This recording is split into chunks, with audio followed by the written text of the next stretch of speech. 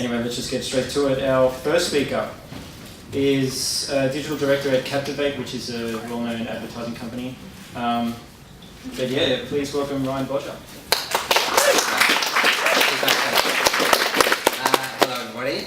This is my first time speaking in front of probably this many people, so bear with my little stutters. I heard, what was it, Monster Children couldn't make it, they're the ones, because they're doing semi-permanent, so ended up with me instead, which is alright. But hopefully I'm going to show you some cool stuff. I think we've got about 20 minutes, but I'll try and give you an insight into what we do, what my day is involved in, and the kind of things that we do. We're a creative digital production company. Kind of what that means is that we work in production. We work with broadcasters, we work with media agencies, we work with advertisers, we work with brands directly, and we create campaigns. And now that the world's gone so digital, we're obviously working in the digital sphere as well. Traditional was print, television, and radio, and obviously that's evolved into this mega fragmented landscape, as you know, Facebook or social media, all this sort of thing. So we kind of fit somewhere in the middle there, with trying to connect the dots for a lot of brands and I suppose advertising campaigns, and working, sometimes a Facebook campaign, sometimes a TV commercial, and sometimes a whole bunch of things combined. And I'll show you a few projects that kind of involve that. So we pull in various people at different times. We're only a small team of about 12, but we bring in various specialists and various juniors and different types of people depending on what the project is, and so on. So design, broadcast and digital is kind of the three pillars of our business. Design, so developing concepts. UX could be for web, could be for mobile. Visual design, which might be coming up with concepts, could be working up a storyboard. Style guides, motion design, 3D graphics, that's kind of the design sphere. Broadcast, so directing TV commercials and online videos as well, that we're doing a lot of now. So the production behind that, so putting the teams together to produce the work. Editing and post, so the post-production side, visual effects and 3D, motion graphics, audio creation, and the grading side, so the polishing at the end, the retouching, things that need to be done to make it look that extra bit special. And the digital space, strategy, promotional campaigns, development, so working with programmers to actually pull together a Facebook campaign, so working with like the Facebook API and the development side of it to make the interface work seamlessly. Web and mobile, and we've just finished, worth noting, the Tropfest, and I don't know if everyone knows Tropfest, but we've been working with them for a few years now, and we just finished the Tropfest app for Australia, and we're in the works of developing up the international app, which will be pretty big. So that's that. Any questions so far? Feel free to jump in as I rattle things off. Some of our clients, we've done work with Mother, we've done work with ESPN, Tropfest, as I mentioned. There's a whole kind of raft of different clients that we work with. We work directly with clients and also with agencies. We're not precious because we sit in that kind of production role. We're not trying to be an advertising agency.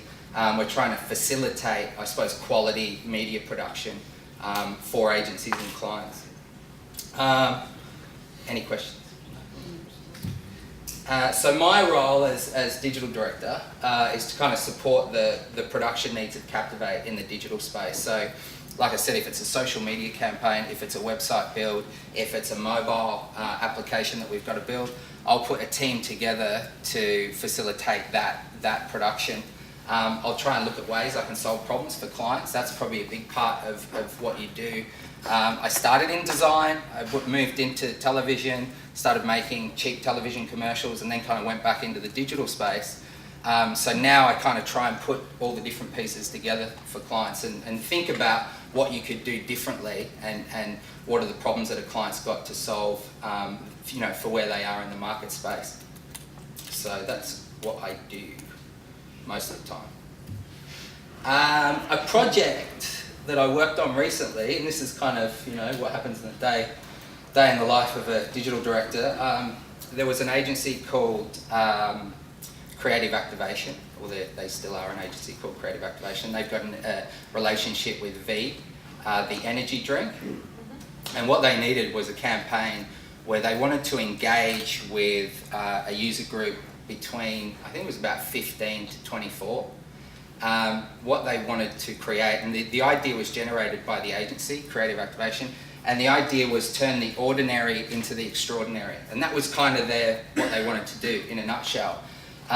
What we pitched them was a concept that involved an online destination, involved Facebook, and then it involved a live event.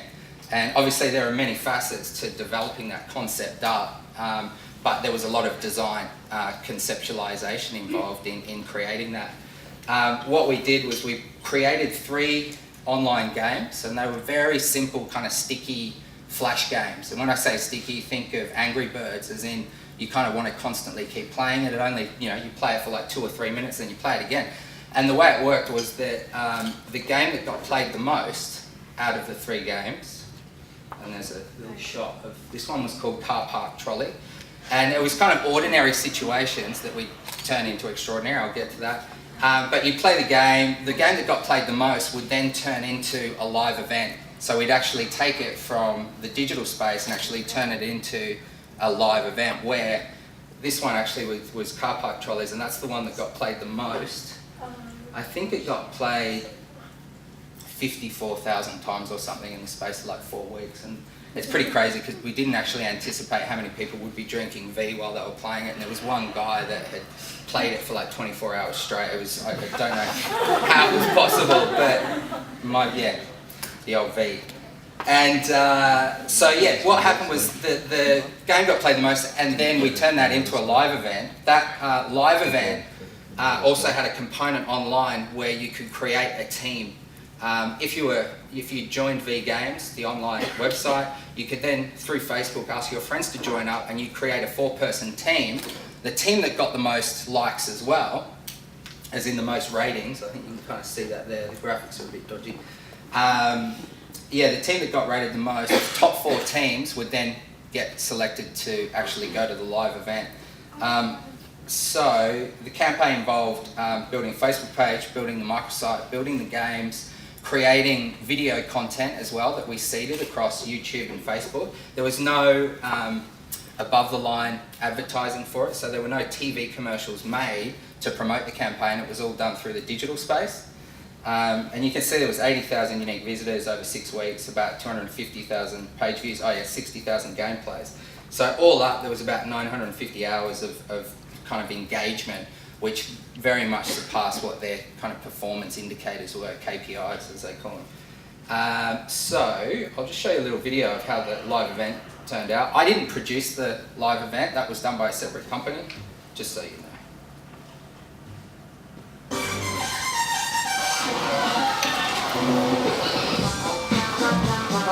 Welcome to the V Games. Car Park Bowls is what it's called. It's 3 games that have been played online for some time now. They've taken the most popular game of all those and brought it to life. The trolley is your bowls.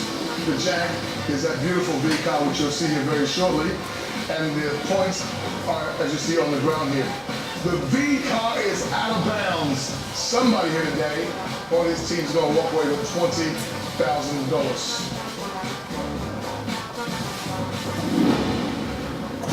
This is a daggy bit. I didn't produce it.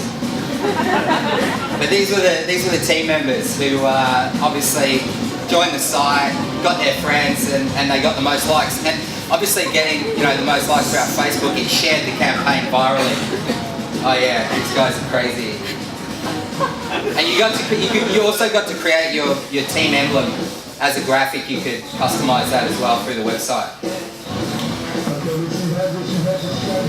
So that gives you an idea of how it ended in a live event. It got a little bit of media exposure, but it went out virally across Facebook pretty well. Client was really happy. So we're looking to evolve that into the next big, I suppose, turn the ordinary into the extraordinary. What could we come up with? If anyone's got any ideas, I've got cards here, so definitely keen to hear, from people. This is a pretty cool campaign I'm working on at the moment, and in a nutshell, I think there's going to be a big movement in the next kind of 3 to 5 years with interactive video. And there's been a few good companies around the world doing it, not so much here in Australia. And what interactive video is the ability to make decisions while you're interacting, obviously, with a video sequence. So you create a story, you create a narrative, potentially have a brand pay for it. In this case, this is a really weird one. We've got New South Wales Health paying for an interactive video to promote awareness, not promote hepatitis C, but promote awareness for hepatitis C. So it's a very kind of strange, space for them to play in, because they've conventionally always done, an ad that's kind of a bit gritty and hard hitting, maybe some posters that go up in subways or around, bus shelters. But they came to us with the media agency and said, we want to do something different. So we said, why don't you create an interactive video? It is going to be a house party that 18 to 24-year-olds can get into. So they see this little banner ad on a website. And what I'm going to show you now is what I presented as a user flow for the concept, and then how that user flow would then ultimately create awareness about hepatitis C. And that's the wrong thing. So it's going to load. This is kind of a little bit of a storyboard user flow. You might not be able to read the text, but I'll talk you through it. The company I'm working with is 9mm, and I'm doing all the production for the filming and the user flow and the storyboard. So pulling together the concept into elements that we will then deliver to 9MSN, and they'll build those elements into an interactive video. Mediacom are the media agency who have the money. Now they work with New South Wales Health. They manage the funds. Those funds then get filtered through to me and my team with 9mm. And although I work for Captivate, Captivate is working with 9mm on this. Hopefully that's not too confusing. So the way it'll work is you'll very crude kind of graphics at the moment, because this is just a user flow. It hasn't moved into storyboard phase yet. They've just approved this, and then it'll move into storyboard phase. So you get an invite pulsing as a little banner ad. You might have seen little banner ads on the right. Obviously everyone's seen banner ads. You then accept the invite to the party. What happens is you're always first person point of view. So you're always moving as the camera kind of moves through the scene. If anyone's seen that Prodigy film clip, Smack My Bitch Up, or any of those, that's exactly what it is. That's the kind of camera POV. That's going back a few years, but it's a pretty cool clip. So you're in a taxi, you go through the streets, all of a sudden you arrive at the front door, you can hear the music, it's pulsing, blah, blah, blah, blah, blah. You're like, oh, this is pretty cool, what is it? But you have to enter your legal age, 18 plus. So you put your date of birth in. Obviously 14-year-olds are going to probably, if they see this is one of the things that you can't control with the web so much. There's not as many rules around it. But, you just need to put your date of birth in. Hopefully you're being honest. The door opens and then you're moving through the party. You're seeing people. As you kind of move through the hallway, you move through to the lounge area. As you move through to the lounge area, party's kind of just beginning. And as it kind of builds, we'll build up this kind of almost seediness as a party would happen from the beginning to the end to try and create a realistic story. As you get into the lounge room, the scene pauses, so the music all kind of slows down, and you get a question that appears on screen. Would you like to join your friends using Facebook? So people go, what's that going to do? Okay, I'm going to connect. What that then allows you, a permission box appears on the screen, which all has to be obviously designed, of course. And then you say, I allow my friends to kind of join in through Facebook. You then have a choice to go, am I going to go to the dance floor or the backyard? That's the first kind of major choice you're going to make within the party. I go, left is dance floor. On the right is backyard pool area. So if I decide to go to the dance floor, on the left you can kind of see here, the POV will move through, everyone's going to be going a bit crazier, getting a bit nastier, everyone's having a good time. Same with the backyard, so whether you've made either decision, all of a sudden on screen you get the screen kind of vibrates, and at this point, from a little MREC on screen, it kind of blasts out to take over your page. So you kind of, you engage with it more because you've engaged with the actual ad unit. When the screen vibrates, you see a hand appear, and that's where it is a message from one of your Facebook friends.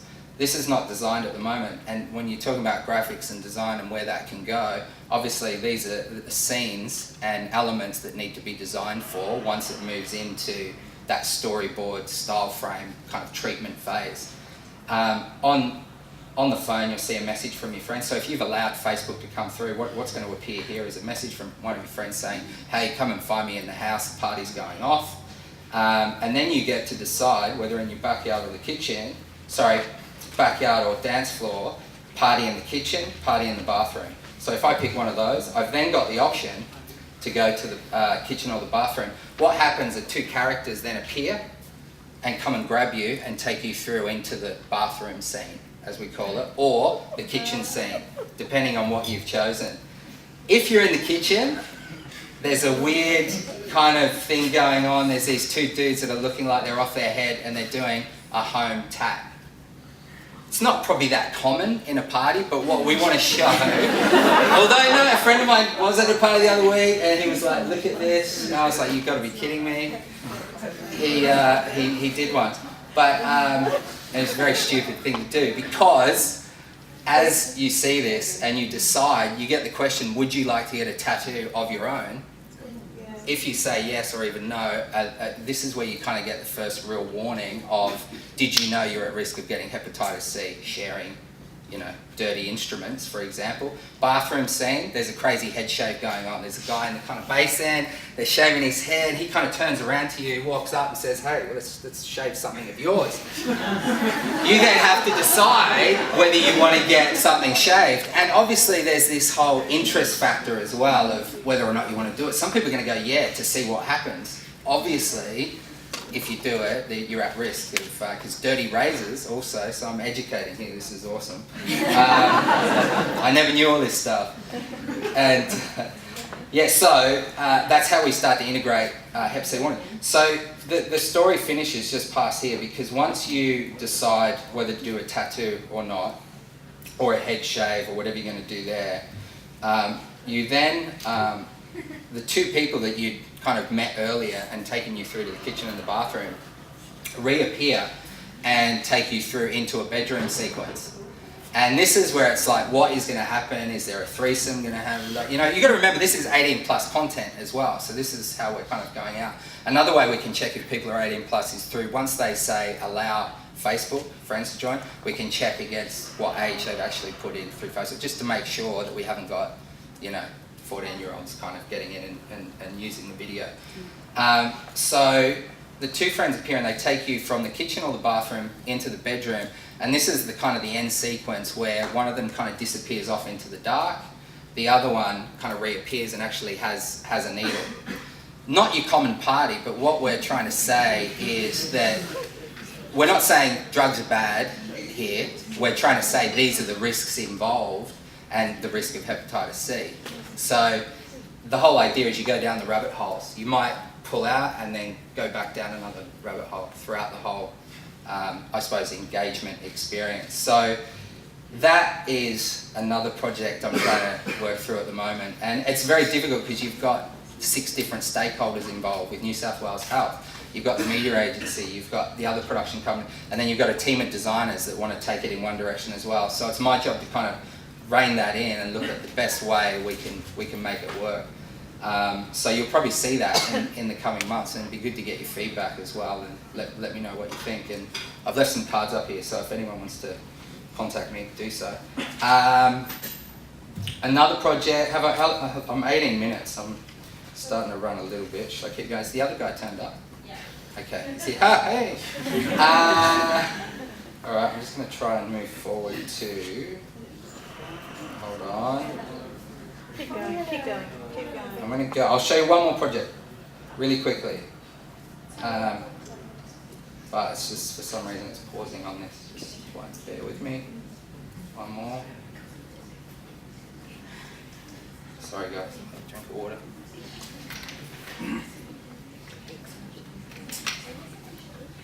Here we go. So, I've been working on the Han Pioneering Beering campaign, and I don't know if you've seen there's quite a few billboards going around at the moment for pioneering beering and the Hahn Academy. You go to the website, and if you have got a great idea that is going to improve the beer drinking experience, you can submit it, and Hahn will try and make it come to life. And this all ties in with I suppose an agreement they've made with Channel 9 to launch a TV show, which I probably am not really allowed to talk about, but just realise that. You signed non-disclosures, remember that. But it's a show about making beer better. And actually I will be able to show you because I've got the ad. But just going to try and... We created a 2.5-minute spot for it that was to promote pioneering beering and show Hahn as the leaders of beer innovation. And I'll show you the spot, and then I'll quickly take you through the storyboard that we did for it, if I can get the spot to work.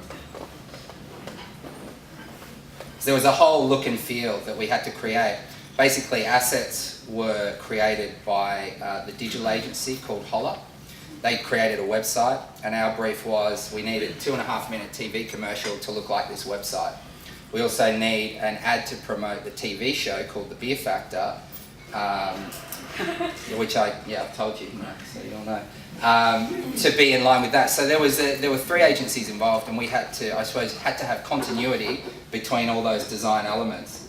Now, this one here doesn't look like it's going to play. Sorry guys, technology. What I'm going to do is just go straight to the spot.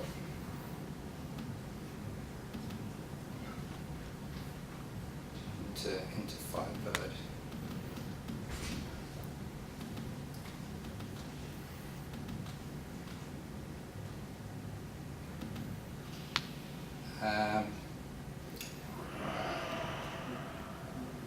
So pioneering beering is the 2.5-minute, they called it a short film. It's not really a short film, it's more like what you call branded interstitial because it's got brand integration. That was a lead-in to promote the whole pioneering beering concept. That then leads into a promo for the TV show, and then they'll launch the television show.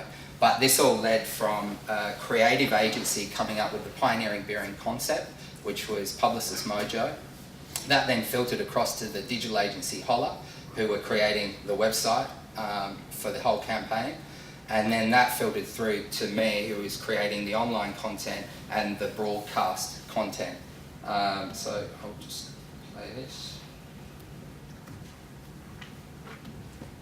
This short film is brought to you by Hahn, pioneering beering.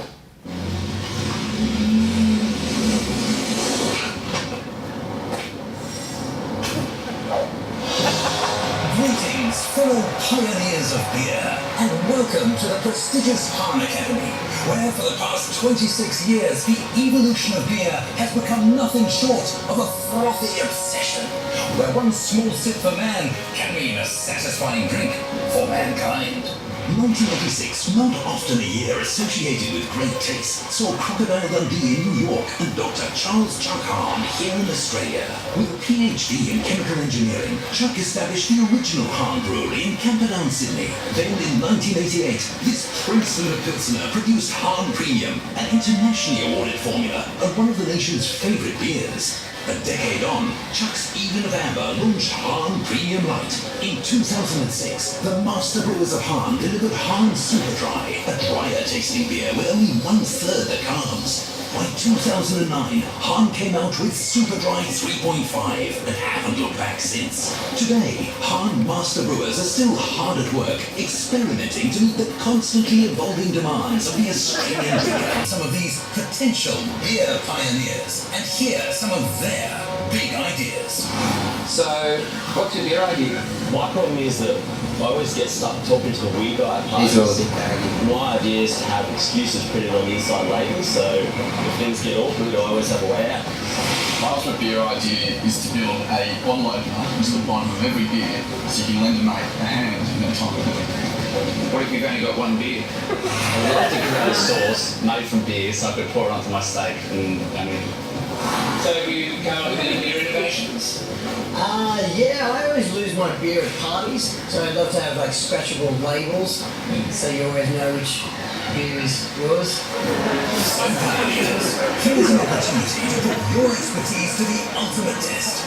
Simply visit han.com.au and tell us your beer idea. Han will then bring the best ideas to life. Han, pioneering beering. So that was that spot. And if you check out the website, I think it's just han.com.au or it might be pioneeringbeering.com.au, you'll see what we were kind of working with from assets, original kind of look and feel, and then how it evolved into the TV spots, and then that's evolved into the Beer Factor. Do you think you know beer? Do you fancy yourself as a bit of an inventor or beer pioneer? If you combine these two talents, you could have your big beer idea on The Beer Factor, a brand new TV show on Go, presented by Han, dedicated to the genius of beer innovation. Simply invent a new way to make the beer experience even better. Visit thebeerfactor.com.au. Submit your invention and you could win $15,000 and become the toast of the nation. So it actually looks like a bit of a spoof, but it's a real TV show, believe it or not. So yeah, that's another project I've been working on. There was a storyboard process that went for about 4 weeks for the initial idea. Initial kind of concepts put into, I'll show you really quickly so you've just got an idea of a storyboard.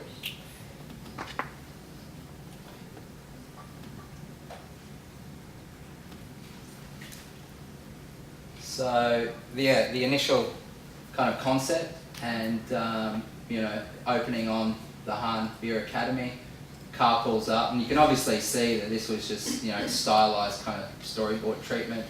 Man kind of winks to camera, then we pull back from the signage and end up inside the academy, and then you're following kind of a script that's run through. So a lot of the time we'll kind of work up a script and graphics at the same time. We'll try and make it a collaboration between a copywriter. Sometimes a copywriter might have a really clear vision and then he'll brief graphics in with the creative director if there's one involved. Or sometimes we'll have it might be me who comes up with a great kind of initial script idea and then I'll work up a storyboard with the graphics team. We're not precious about, I suppose, rules and titles when it comes to ideas, and anyone can come up with a good idea. So yeah, it kind of went through here, and you can see how the Han short history looks a lot different to what the look and feel actually evolved to. But initially this was just kind of conceptual to obviously sell it into the client, and this was before we had a really clear idea of what assets we had to work with, and sometimes you're almost working backwards with a concept and then you'll get assets delivered from a client and go, actually this is what it needs to look like, and you'll go through a reworking process that might take you a week. So there you go, that's kind of following the storyboard through.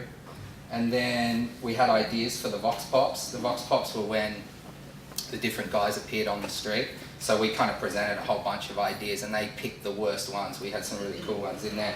But because you've got, I think, rules around alcohol and what you can say in relation to alcohol, they were very careful about that. And then this is kind of just a little kind of treatment board for inspiration about how the Han Academy was going to look. And there was a lot of kind of inspiration drawn from the Guggenheim. I think that's what it is, yeah. The cars, just kind of where do we want to kind of visualise the character that appears in the ad, was it something super modern? And it ended up sort of fitting into something a little bit kind of retro but still quite modern as well. This was one of the locations, so as we presented these storyboards we talked to the client about the locations that we were using as well. And this was at Carriage Works. I think that's where we shot it because it looks just like it. That was another room at Carriage Works as well. Quite symmetrical, quite cool to kind of shoot with. We actually had a giant screen up in the background as well, so that was all done in camera. And just mood boards, so different inspiration that we kind of presented as ideas, but it ended up being quite stark and I suppose clean, the whole look. We didn't overdress it with too much. Wardrobe ideas, couldn't get Brad or, who's that other guy? I can't remember.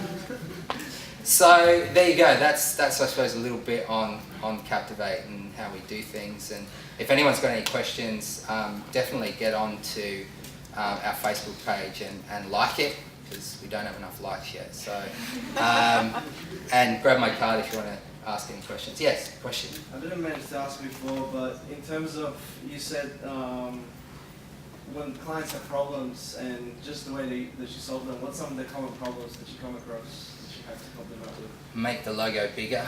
That's the common one. Make it pink instead of red. No, I mean, you know, it depends on what the project is and who you're dealing with. Sometimes if you're dealing with, you've got the ad agency that are looking after the brand and they're like the brand custodian. In this case, it was kind of Publicis Mojo that had the pioneering beering concept locked down. We'd deal with them to a certain degree, and then they would deal with the client and really kind of push them on ideas. But I try and get the process involved with the client as early as possible, so it feels like it's a collaboration between them and us. You don't want to kind of, everyone's got their own way of working, but I never want it to feel like I own everything, because certainly they're working with the brand every day, and you've got to respect that to a certain degree. But yeah, that's one way of working. Yep. Captivate seems to use a lot of interactive advertising. I was just wondering, like, has that industry grown a lot over the years, or is it something like new to the market, or like interactive video, I think, is quite new, as in it's not happening a lot. One problem that it's facing though is a lot of interactive video is built in Flash. So Flash, as you know, is it's still around, as you run it on your desktop or your laptop, and it does amazing things. There's not a better plug-in for what it can do in terms of immersiveness. But to say that, Apple and tablets and the mobile space now doesn't allow for it. So it does limit the growth of it to a certain extent. But if it's for the right audience, I think it's going to continue to be used, in the kind of digital space. But yeah, you'll see new ways of engaging with customers more and more, and I think the digital space has allowed that to happen quite a lot. Yeah. Does that answer your question? Yeah. Any other questions? Yeah. Mate, in doing the application for the Trop Fest, yeah, how much creative input would a client like that have? Good question. The guy that runs Trop Fest, John Paulson, he's a funny character because he's been with the brand for over, well, not the brand, he's built Trop Fest over 20 years into the brand it is now, and he's got a lot of input, and he's one person that I suppose as a client you try and steer and mould and work with very closely, but him more than probably a lot of other clients, you have to justify the direction you're going in. You can't just design because it looks cool and say, hey, it looks cool. He really wants to get involved in why you're going in that direction, what are the reasons for it, and he of course has a lot of his own ideas. So sometimes you have to budget for that as well, knowing who the client is and knowing that you're going to have 10 rounds of changes throughout a project. You sometimes have to allow for it. In the ideal world, you submit your initial kind of concepts, there's one round of changes, and then there's a second round as you kind of get to final. That happened with Pioneering Bearing. We were really lucky because we had a great group of people to work with. Someone like Trop Fest, it's a lot more difficult to get that vision in their head, I suppose. Yeah. Do you say you've got people that want more creative input? Do you find it harder dealing with clients like that? I mean, that client in particular maybe a little bit more, but do you prefer having more boundaries than not having boundaries, or? Depends on where the relationship is at as well. I think with a new client, new project, something that you're a little bit inspired by in terms of the direction of it, you're probably prepared to bend a little bit more. If it's something you're not really enjoying doing, and this is a kind of a fact of life, I suppose, you're not going to give it as much love. But I suppose you've got to always look at the big picture of who that client is, what our relationship is with them moving forward, and if it's worth pushing back, really depends on how you're looking to grow as a business with that client. Because sometimes you just need to say, look, that's not going to be possible, and ultimately that leads to, it's actually going to cost you money if you want to go down this path, because this is what's involved. And as soon as you answer with that, oh, we don't need to do that, you know, that's fine, let's just go with what you said, you know. So that kind of happens, you know, every now and then. But I think every type of client is different, and there's you know, it's about relationships at the end of the day, and the relationship you have with who you're dealing with, and keeping that in a good place, you know, as opposed to just developing great ideas all the time. Yeah, it's very much relationship driven. Any other questions? No? Yes? Did you start off in this digital media, like after you were a student, or did you? No, I started in television, making television commercials for Win TV in Bendigo, if anyone knows what Bendigo is. Wangaratta, Shepparton, down in Victoria. I'm Victorian. And yeah, it kind of, I was doing an internship with them that led into a traineeship. So I didn't go through the usual path of going to university, getting a degree, or even, you know, doing design school. It was very much learning on the job with a broadcaster. So they have their graphics team, and I'd sit in there with them. They have their editors, and we'd kind of, you know, put these crazy graphics together for Wayne's Ski World or whatever it was. And that was kind of the first thing. And then that took me to Melbourne, and you know, got involved in web kind of 1.0, which was just very simple kind of graphic. Yeah, I think everyone kind of takes a different path, but as much experience you can gain by working in different fields, you know, when I say different fields, I mean, you know, different areas within, I suppose, what you're interested in. You're going to learn more about the bigger picture, because it is becoming so much more fragmented now. If you want to work in print, that's great, follow that passion, but know that it's becoming more of a niche market, as opposed to understanding the bigger, I suppose, digital landscape and what possibilities are out there, because it's changing every day. Like, there's not kind of one thing, you know, Facebook will bring out something tomorrow, and then Google will have something out, and then Apple will have a new, you know, plug-in. It's constantly changing in terms of how you design, what you're designing for, and the people that you're designing for, because, you know, one little change with Apple might mean a huge thing for how people interact in the mobile space, for example. But yeah, that's kind of how I started. Yeah. Any? Yeah. With your campaigns and everything, advertising, do you do like a market research, like get a group of people and then? We're kind of not at that point in the production. When I showed the other slides before for Hep C, MediaCom, who are a massive global media agency, that is more of what they would do. They would do the you know, market research, the focus groups. They would tell New South Wales Health, this is a good way to spend your money. This is how we can target that demographic, that group of people. Then they'll say, we've got, you know, and that will turn out to be an interactive video that then gets, you know, Nine, as an entertainment company, that's what they're calling themselves, Nine Entertainment now, would pitch to win that work off MediaCom. So they would say, okay, the brief is you want to create an interactive video. So I then work with, Channel 9 and 9mm and 9MSN and that group to pitch in the idea of what would be a cool interactive video to engage with that market. But the market research and you know, conceiving what media needs to be purchased is done very much kind of early on with the client. Usually with a client like that, with a bigger media agency like MediaCom. And they've got a great website too, so if you're interested in the insights of what media is. And the strange thing now with media agencies is they're becoming more and more creative. That used to be the creative agency would then pull in a media agency and say, hey, this is what we're doing with an advertising campaign, and the media agency would just run around and book TV commercials and book banner ads and book, you know, billboards in the street. Whereas now the media agency is seeing a bigger piece of the pie and going, we're going to own that space as well. So it's becoming a little bit blurred in terms of how it all, you know, every company's different, I suppose, as well, in terms of their offering. Any other questions? No? No? Okay, that's me. Done. Thanks, guys.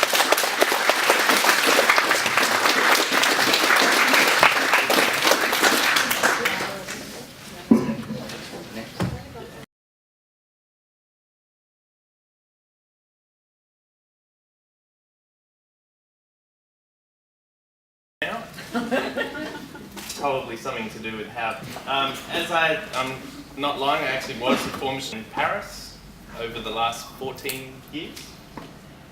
And although I am a former student, I am not a former graduate.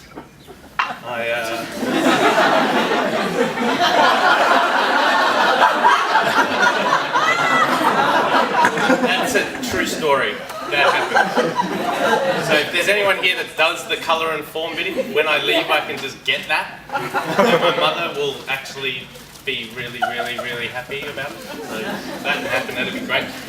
Look, I know you guys work in design or studying design, and I work in advertising. They're not exactly the same thing, but I think what I'm going to talk about is pretty good at translating. It's the same sort of stuff. But basically, it's what I wish someone had told me when I was studying at this college about what I was about to get into in advertising. I was going to show you a piece of my work, but I'll do that at the end, I think. See how it goes. 10 things I wish I'd been told when I was in college. Number 1, you will not get rich. I had all kinds of ideas about how much money I was going to make, and none of them came true. I'm still doing it after 14 years, so obviously it's fun, but the money that I was told was going to be there just wasn't there. But you won't be broke. Like, it's not like they pay you absolutely nothing, but it's just not. You want to get super rich, get into finance or make an app or something. Those guys sell that shit for heaps of money. Number 2, nobody looks as good as Don Draper. I stand here before you as proof of that. He's a beautiful looking man, and you will not find another one looking like him in advertising. I promise you. Number 3, it actually is, as much as I sort of like to joke about it and stuff, it's an incredibly hard business to be great at, as is anything.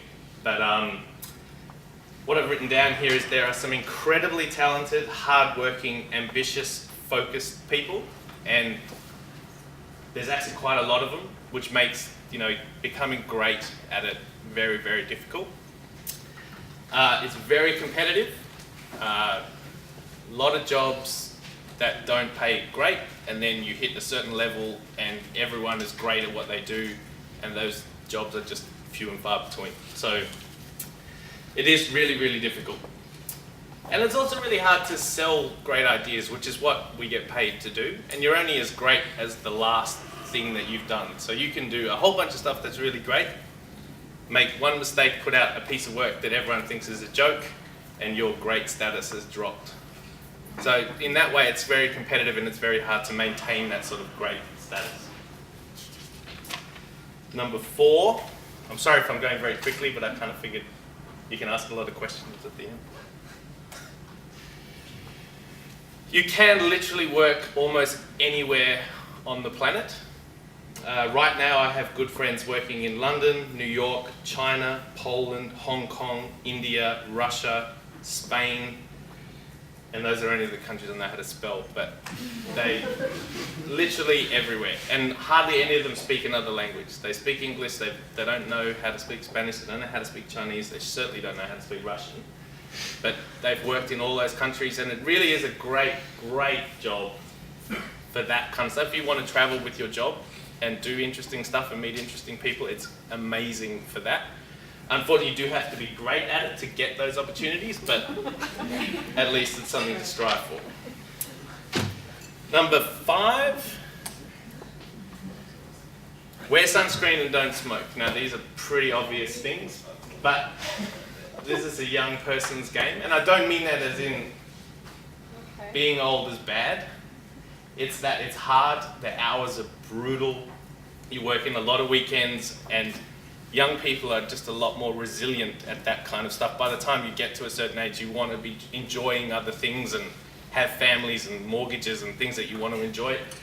The job's really, really tough, and the longer you can stay young at heart, and I'm not saying young at looks, but young at heart, and have that resilience to be able to do the kind of hours and the kind of heavy duty work that you've got to do, the better.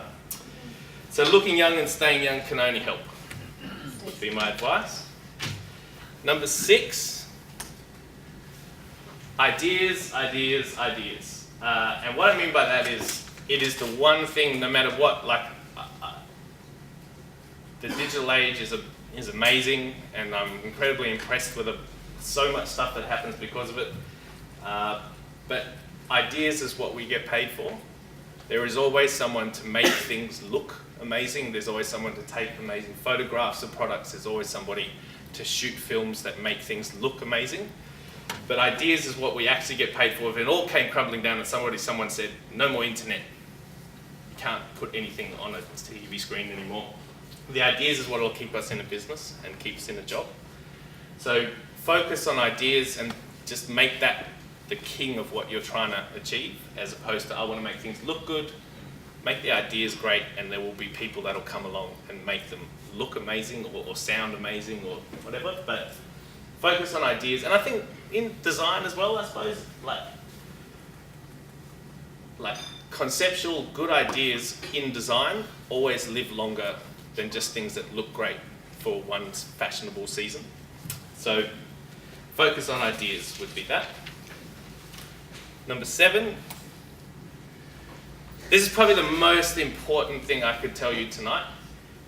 When you first get a job, work like you've never worked before. The stuff that can happen in your early stages of your career, I can't even start to tell you. Just the first 2 years of your career, if you can just nail it and work as like super, super, super hard, by the end of those 2 years, you put your head up and go, okay, I'm earning twice as much as I was earning when I got the job on day 1. I have twice as much work than I did the day when I walked in the door. And I have opportunities all over the place. Like within 2 years, you can be looking at working and moving to New York or London if you work like crazy.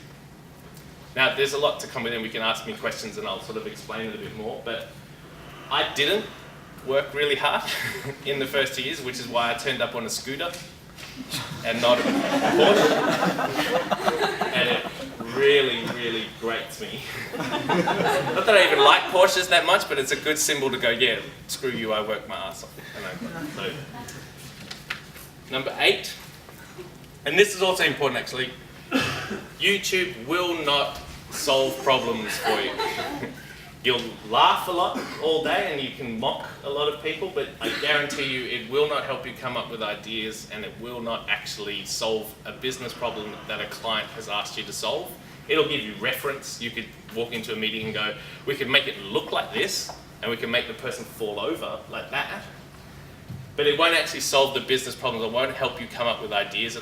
It's another reference tool in my eyes. But yeah, go outside. Take a piece of paper and a pen, old school, and just sit out and think about, here's the problem, what do I know and how can I solve it with my own brain and stuff that I know?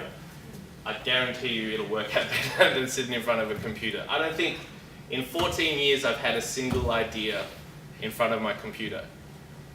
The shower, on the other hand, lots of ideas in the shower, never in front of my computer. Now, this was a weird one to put up because I didn't know how well I was going to be doing at this stage. It is 90% of the job. You are selling all day, every day, whether it's selling an idea to the person you work with next to all day and telling him that it's a good idea or her that it's a good idea. Then you have to tell your boss that it's a good idea and he's got to believe you. Then you've got to tell your client that it's a good idea and tell it well enough that he can tell his boss without you being there, so that they'll finally give you some money to make the work that you've done. You will be talking constantly. You will be selling constantly. It's a sales job at the end of the day. And I'm not saying that everyone needs to learn how to become like Barack Obama and be able to just do that kind of stuff, but you find your style, get comfortable with it, and just know that you're going to be doing it for the rest of your life. And I would suspect the same in a design job. You still have to sell it, you still have to convince someone that it's the right thing to do, and you still have to convince them to spend money on it. And you're never going to do that by just emailing it to them. You're going to have to look at them in the eye and go, I've been doing this for X amount of years, I know what I'm doing, and you should do this, and you should pay me for it. So, yeah. And last, And this, I mean, we can ask some questions about this later, but creative people, I think, are incredibly impatient. Like, you want stuff quickly because you think fast and you solve things fast and you work fast and your brain goes really, really quickly. And you seem to think that, oh, I've had a victory, I should be earning more money, I've got to be doing this, I've got to be doing that, maybe I should move, maybe I should go to another place or something. Think of it in a 4-year term as opposed to a 4-month term. Like, what do I want in 4 years' time? And for example, when I started, the first place that I worked, I went, I want to make a print ad. And it took me like 3 months and I made my own print ad with my own idea. Then I went, okay, now I want to make a radio ad. It took me another couple of months and I made a radio ad. Now I want to make a TV ad. I made a TV. They hadn't invented online digital stuff yet, so now I have to add that to my list of, got to do that as well. And then once that year's over, you go, okay, now I want to do a good one, which is 10 times harder than just doing one. You actually want to do a good one. And that will end up taking you, that whole process will take you 2 years. So there's no point worrying about what you're doing day to day, like, oh, maybe I should be earning more money and you've only been there for 2 months. Just think of it in a 4-year term and watch and put your head down and do it. And in 4 years' time, you put your head up and go, all right, now I've got options that I can use, but just, yeah, relax and take your time and make the 4-year goals as opposed to the 4-month goals. I did say it was going to be quick. So that's me, but I'm happy to answer any questions that you guys have, if you don't mind me having a quick sip of beer. My opinion would be incredibly selfish. I absolutely loved the 2 years that I spent here. I would come back tomorrow if you guys would give me the diploma. I really, really enjoyed my time, and I don't want to get all like old and annoying and say, oh, you're never going to have it better than the time that you have here, but it's the goddamn truth. It was heaps of fun, and you know, work's hard. Mortgages are a pain in the ass. They're terrible. You know, all that stuff is, I would learn and enjoy and be broke when it's okay to be broke, and when you're resilient and you can learn more. You know, there's plenty of time to get a job and there's plenty of time to bitch about your job once you get it. I would really just focus, I would do the 3 years, definitely. I would definitely do it. So would you suggest any other components, like other subjects or other courses to study which would help you in the graphic design industry? Good question. Look, I found this course incredibly comprehensive in what it was very practical in the things, like when it comes to conceptual design, like actually being able to think about what it is about. The only things they're going to teach you is read a lot about everything, and yeah, I don't think so, to be honest. I think that what you get out of this course is what you need to get a job, and then it's just paying attention and being incredibly diligent once you get the job, and being really passionate and keen, and you know, people just love young people that are keen and not, I don't want to say obedient, but just really, really keen to work, and there's not a lot of back chat, there's not a lot of drama. It's just, I'm here to learn, I'm young and I've got a lot of energy and I'll work late because, well, I don't have anywhere else to go. And that, I would say, take the 3 years, do it, and get a job at the best place you can possibly find. Do your research on every kind of agency or design agency, advertising agency you can, and find out who the best one is, and do a list of 5. Go, according to this magazine or this website, these are the top 5 agencies. Start at the top and work your way and get one of those jobs, you know? I hope that answers your question.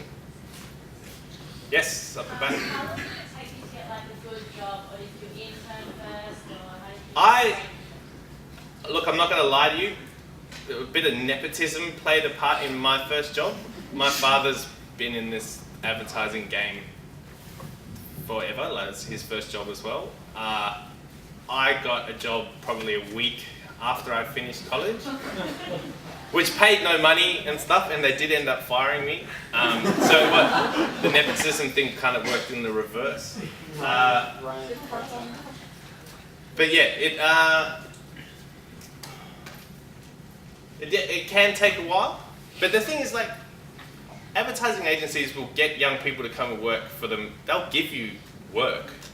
They may not pay you. They'll pay you enough to get to and from work and buy food. They won't give you a salary and stuff, but you can get the work experience, and then it's up to you within the 3 months that they give you to make yourself invaluable, and then you have a salary and then you have a job. Like, I would say getting a position to actually do work in an advertising agency isn't anywhere near as hard as holding on to the position. You will get work. It's just depends on your attitude, your willingness to learn, and how quickly you learn. That'll say how long you stay. Yep. You said you were going to show us some of your work. Oh yeah. Damn. I was hoping I'd get through this without having to embarrass myself. Okay, so I'll give you some background on this. I don't know if anyone's actually seen this. It wasn't as big as we hoped it would be, but we did a project for St. Vincent de Paul called Sign Finds. I don't know if anyone knows about it. Basically, it started actually when I was here at this college. I used to shop at Vinnie's a lot, just because it was the time that wearing retro clothes didn't suck. We were all into the wrong kind of music and stuff, so we would buy our clothes from there. And I always thought, I really like the store, it's pretty daggy, and I'd like to help it make more money and help more people someday if I could figure out a way that would help their business out. So one day, funnily enough, in the shower, I thought, wouldn't it be cool if you could go into a Vinnie's and find a famous musician's shirt that they had signed and taken off their own back. So while going into the store, you could actually find a famous person's shirt.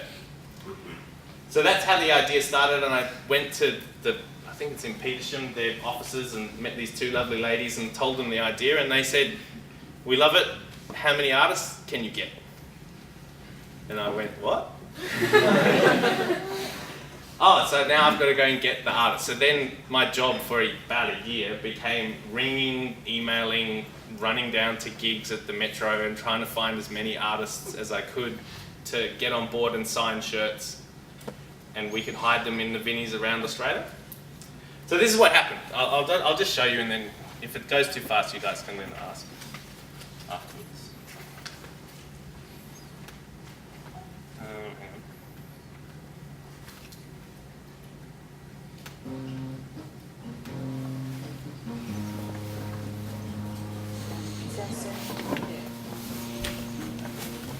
Ah, we've got some audio-visual drama.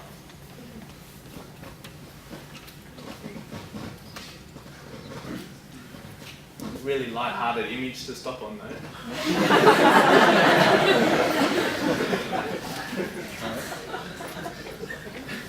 Hit play.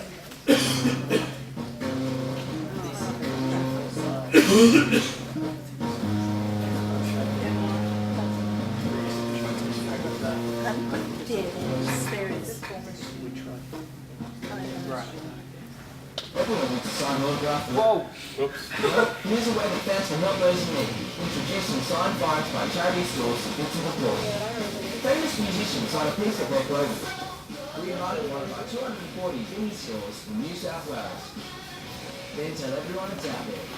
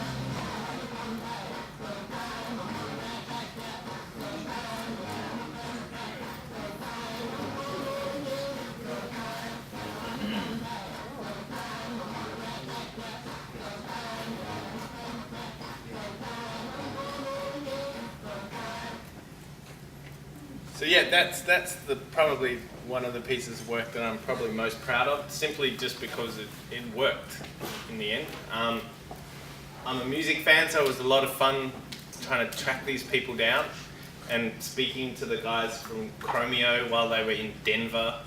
It was like 2 o'clock in the morning my time, and they were just waking up and whatever. But like, so I really enjoyed it, but I just love the fact that it ended up working. Like the whole idea was, if you go in there searching for one thing, there's a very good chance when a nice shirt only costs $5 or a pair of jeans only costs $10 or less, you're probably going to buy something once you're in the store just because the prices are so low. And they ended up making, I think, in New South Wales for the month of December, that says 700,000, but it was $750,000 in 1 month more than they had done the December before. So that's just $750,000 that goes straight to people that don't have any cash or have had their house burned down or have had their husband leave them or whatever. So I was pretty proud of that. Any more questions? Up front? Your title is advertising creative. What type of stuff do you do, like day to day? Meetings. A lot of meetings. With your clients? Yeah. I'm at a sort of, there's levels of how much you have time with clients, and I'm sort of at a level where pretty much every day I'm probably having 2 to 3 meetings with a client on a daily basis, just because of workflow. Like I'll have one thing where we've got a new idea that needs to be presented and we present that, but I'll also have an idea that we presented 2 months before, and now we have to finalise a photo shoot or we have to finalise a TV shoot or something. So a lot of meetings. So if you don't like meetings, be prepared. Yeah, you'll do a lot of meetings by the end of it. And yeah, so my day-to-day is either meetings, and if there's no meetings, then I'm working on work that either needs to be presented as a new idea or working on making an idea that's already been bought better, or doing the sort of production stuff that needs to be done. So, up the back. What happens when you get an idea in the shower?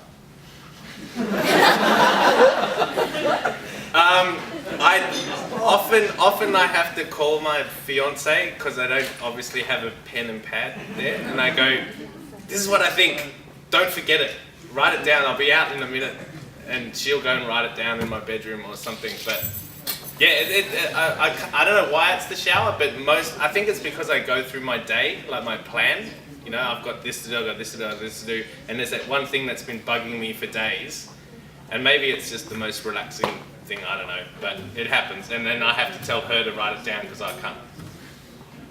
Yeah? Sorry, how many hours on average do you spend a day towards design? Oh man, my working day probably starts, as far as actually getting into the office, at about 7:45, 8 o'clock. Yep. And probably finishes most nights at about 7. Okay. It's long. It's pretty serious hours. But I mean, I wouldn't do it if it wasn't fun. You know, like I genuinely do find fun. You get me on the wrong day and I'll bitch and moan till the cows come home. But for the most part, in the course of one job, that it's constantly interesting and it's constantly changing. So it is a lot of fun, but it's very hard. Yeah. Yeah. You know how you said at the beginning of your career you didn't work hard. So what's the difference between like somebody who did work hard and like what did they do that you didn't do? Other than the Porsche? Yeah. No. What they? I mean, I finished this course when I was really young. So I started when I was, I think, 19 or just turned 19, and now it was only 2 years. So I walked into a job at 21, incredibly immature. Incredibly excited by the fact that there was so much free beer, lots of girls and stuff, and I just didn't focus on actually there's a job to be done, and if you focus on it and work really hard and make a lot of good work, your career gets set on a trajectory that can't be sort of stopped.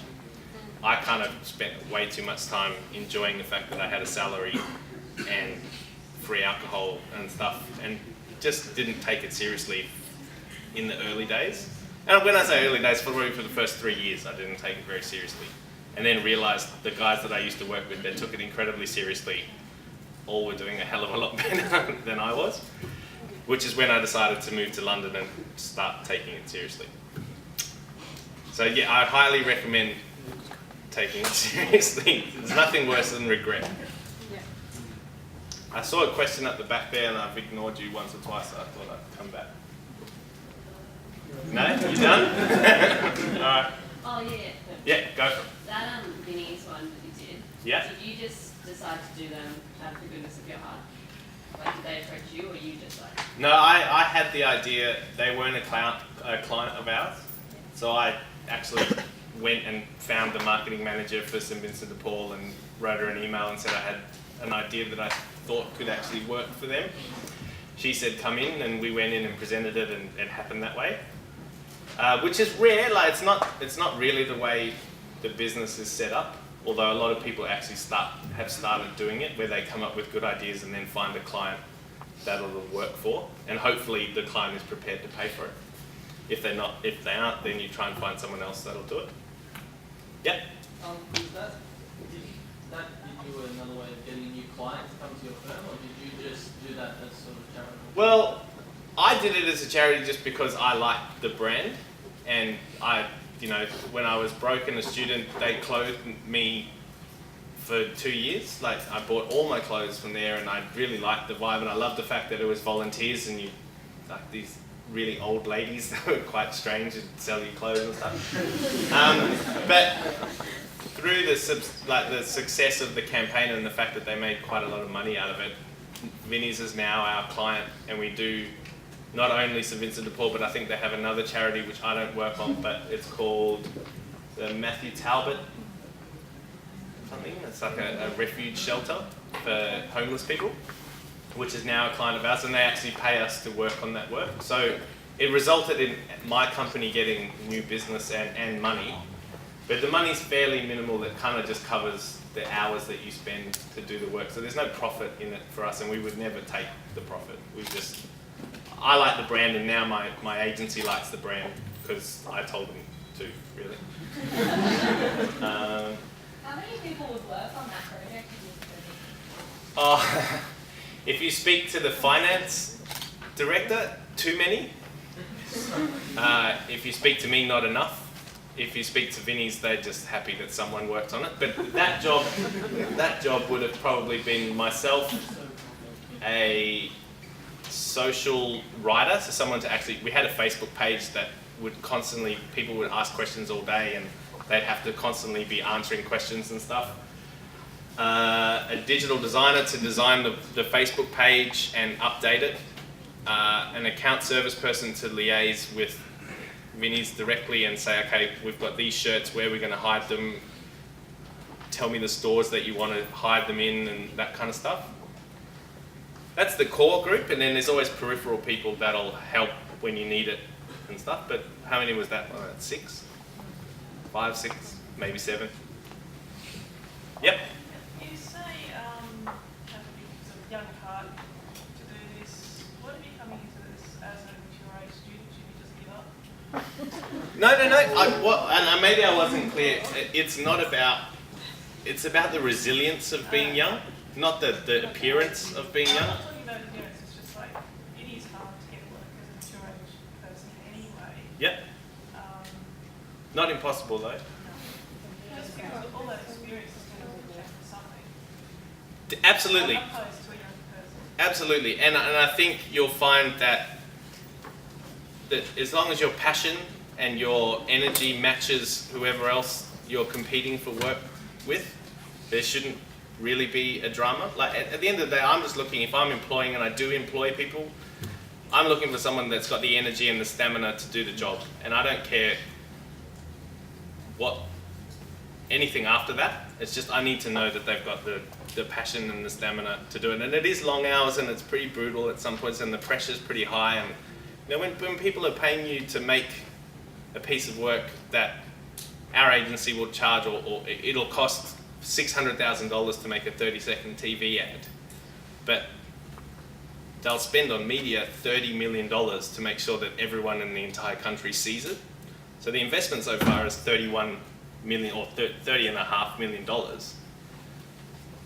They take it very seriously. So the pressure amps up pretty high.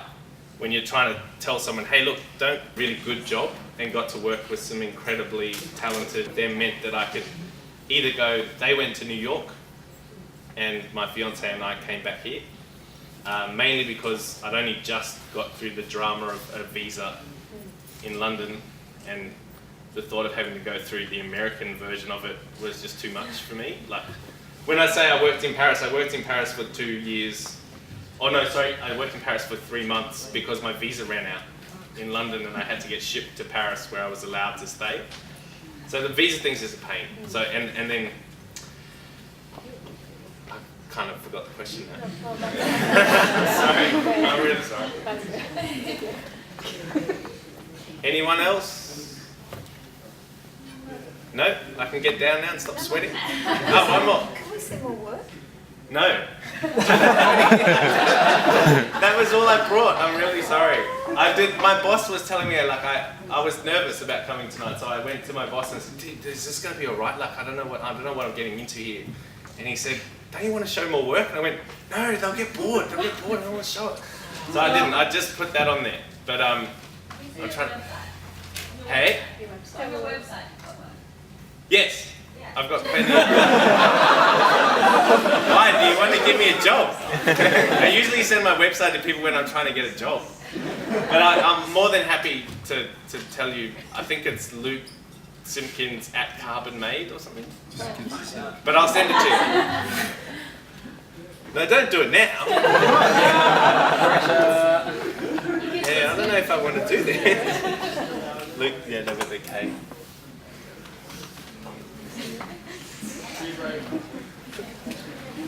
Yeah, Carbon Made. Should be.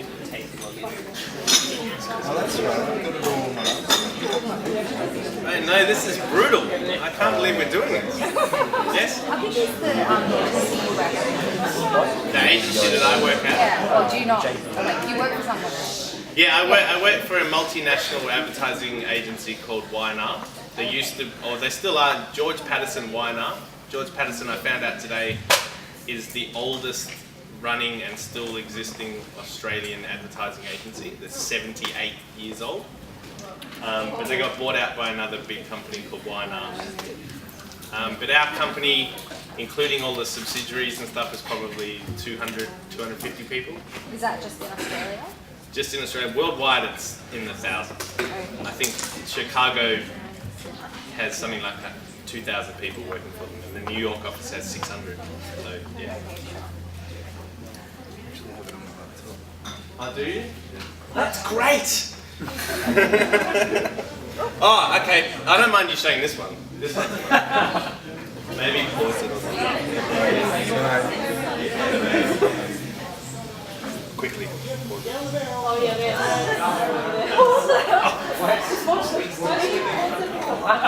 it's going to start. I remember this. My alarm for sleep's going to come on. Perfect. Okay. Yes. Excellent. Good. Yeah, that's incredible. Lovely. Yep. Green camera now. Got it?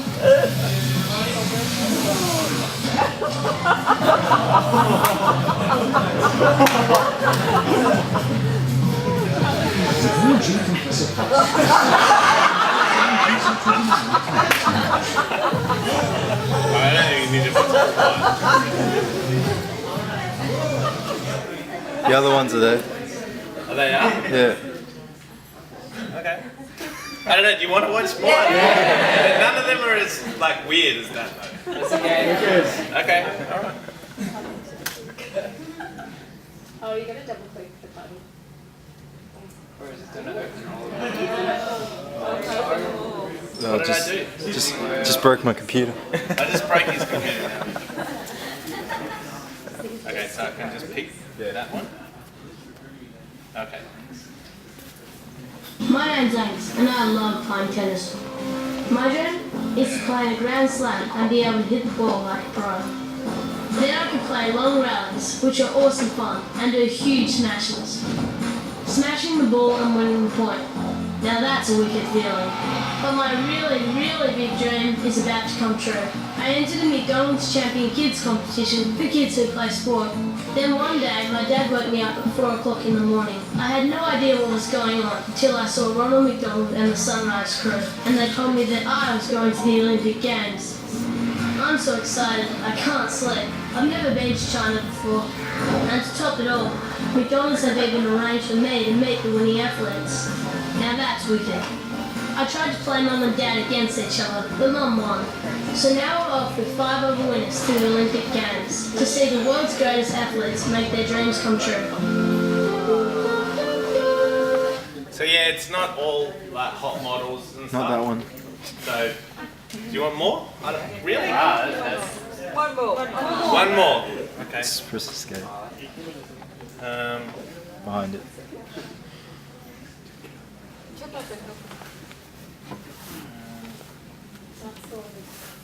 I really didn't anticipate this. Okay, what's that, Debbie?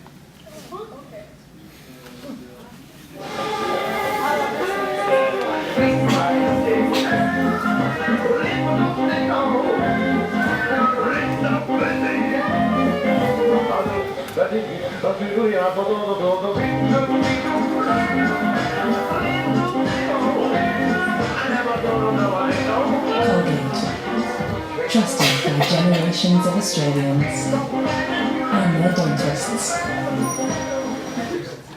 We call that the rubber baby ad because the kid is just made out of rubber and the guy's really rough and it just looks like he's breaking its spine. But no one ever, you'll pick it up now. But I'm sure you don't want to watch more of it. One more. Really? Okay. Okay, well here's a bit of an insight, right? So if you make a piece of work that your boss thinks will win an award, you'll all learn about awards at some point. A lot of people take them incredibly seriously. I am not one of them. It just seems like a lot of time spent to win something that no one else cares about. But what you end up doing is having to make a piece of work and then you have to make a video about the work that explains it to people that work in your industry how it worked. Which kind of feels weird to me where you go, so I've got to tell people that do this for a living how it worked? Surely they should just watch it and go, it's good or bad. But anyway, you make these videos, and this is a video for something I did for McDonald's.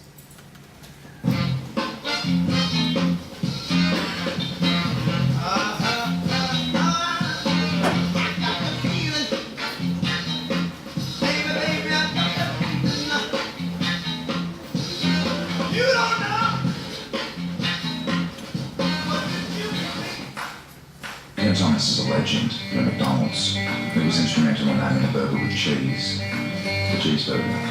So when it came to naming our latest burger with delicious home-style beef, we called on Ken. Since retiring, he's found other interests. So we're giving you the chance to name this tasty new burger. Try it, then go to nameitburger.com.au to lodge your name. Will you join Ken in the McDonald's Hall of Fame?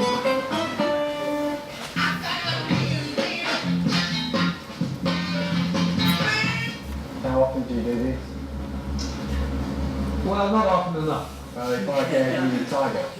Tiger? Well, I would think of stripes. I mean, if I thought of stripes, I would then think of the jungle. By the way, does anyone remember this guy? Yeah. He was the helicopter pilot out of Skippy.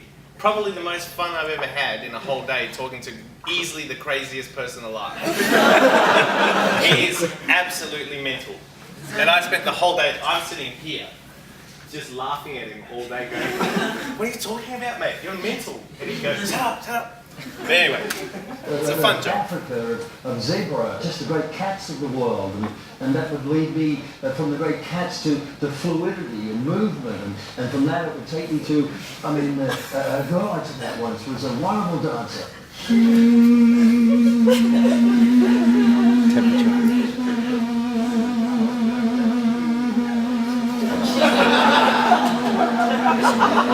She's gonna stop.